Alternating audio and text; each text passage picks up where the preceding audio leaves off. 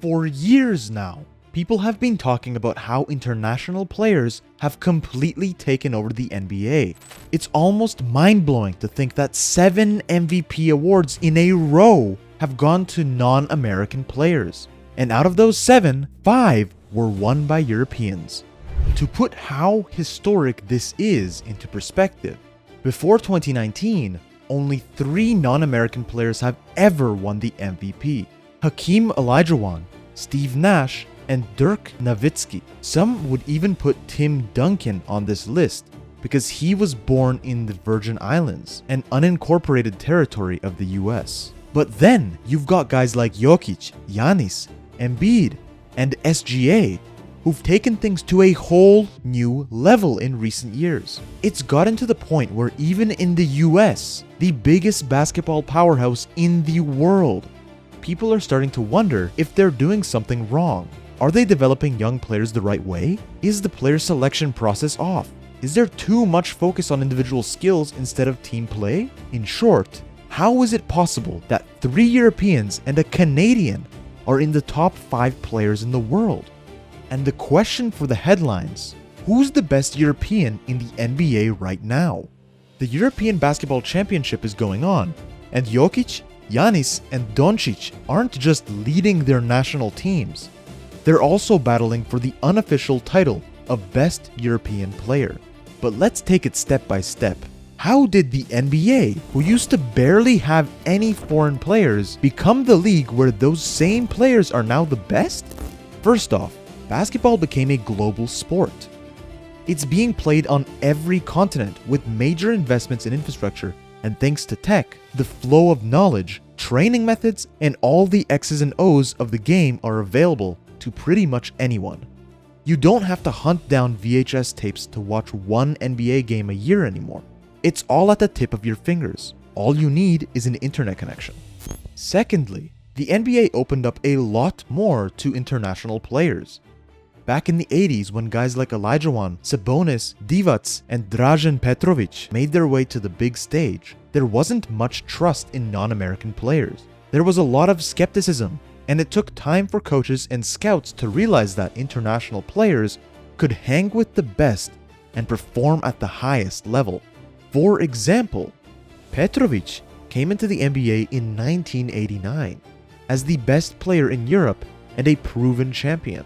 But even with that track record, he spent his first 2 seasons pretty much riding the bench. It wasn't until he got traded to New Jersey and started getting more playing time in his 3rd season that Petrović really started to shine, putting up over 20 points a game and playing some of the best basketball of his career.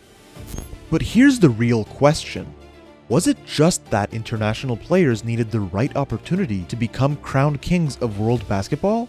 Or has there been a deeper, systemic issue with how American players have been developed over the past decade? Well, the first and most obvious thing where European players have an edge in team play. American players, especially in their younger years, seem almost forced to focus on their individual stats just to get noticed in a sea of talent. And this is especially true for guards. How can a scout notice you if you're not a score-first type of playmaker? Take someone like Isaiah Thomas, for example. Imagine how tough it was for him to break through to the biggest stage at just 5 foot 9 inches tall, constantly playing against guys who were taller, stronger, and more athletic. It's a whole different grind, and that focus on individual stats isn't just a thing in college or high school. It carries over into the pros too. If you don't have big numbers, your chances of landing a fat contract go way down. Look at DeAndre Ayton, for example. The season Phoenix made it to the NBA Finals, the guy had an amazing year, played great defense, and did a lot of little things that helped his team. But when it came time to negotiate, he barely got a max contract because his individual stats weren't eye-popping. In the NBA, there's this unspoken rule: big numbers, big paycheck. Team play? That's hard to sell. Europeans come with a unique mindset because their youth development system is structured differently. Since they don't have the same athletic advantages, there's a bigger focus on team play and less emphasis on one-on-one isolation. The game is more about working together, moving the ball, and creating opportunities as a unit, rather than relying on individual talent to break down defenders. It's a whole other approach to the game. Also, let's not forget the fact that international players have gotten over their fear and realized that American NBA players aren't aliens. They can actually compete with them. Back in 1992, when the original Dream Team, led by Jordan, hit the Olympics in Barcelona, opposing players were so starstruck by the NBA legends that they would ask for photos after the games. Some even snuck off the bench to snap pics of Jordan, Magic, Bird, and the crew with their personal cameras. They looked at them like gods. Fast forward 12 years to the 2004 Olympics in Athens, and the US had a few losses, ultimately not even making it to the final, despite having stars like Duncan, Iverson, LeBron, and Wade. And over the years, the US has had two close finals with Spain in 2008 and 2012.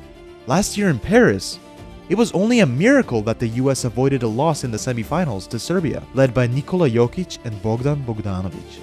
The gap between American basketball and the rest of the world, especially Europe, is definitely shrinking. Basketball is a game of skill, instinct, and physical athletic traits.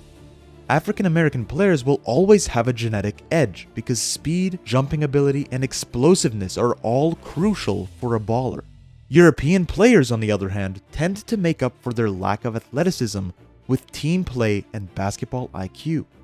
But what happens when you get Europeans who know all the fundamentals of team basketball, yet still have some nasty tricks in their own one-on-one game? You get guys like Jokić, Luka, and Giannis. Sure, Giannis is more of a blend of team mindset and athleticism, with fewer individual tricks, but you get the idea. And right now, these three are in the biggest European stage, battling it out for the unofficial title of the best European player. Jokić, rocking the Serbia jersey, has the strongest team in the tournament behind him. Giannis is fired up, finally looking to grab a medal with Greece. And Luka, in the best shape of his life, is quietly plotting to surprise everyone with Slovenia. The European Championship is played in two phases, the group stage and then the knockout rounds. So we'll likely get to see some epic showdowns between Jokić, Giannis, and Dončić as they try to make history with their national teams, and also build some momentum heading into the next NBA season. In the end, I'd say we shouldn't forget that we're witnessing an incredible generation of international players right now, one that's going to be tough to replicate. But it's also likely that soon enough, a couple of top-tier American players will come along and captivate the world with their game. Still, international players are here to stay. They're not going anywhere.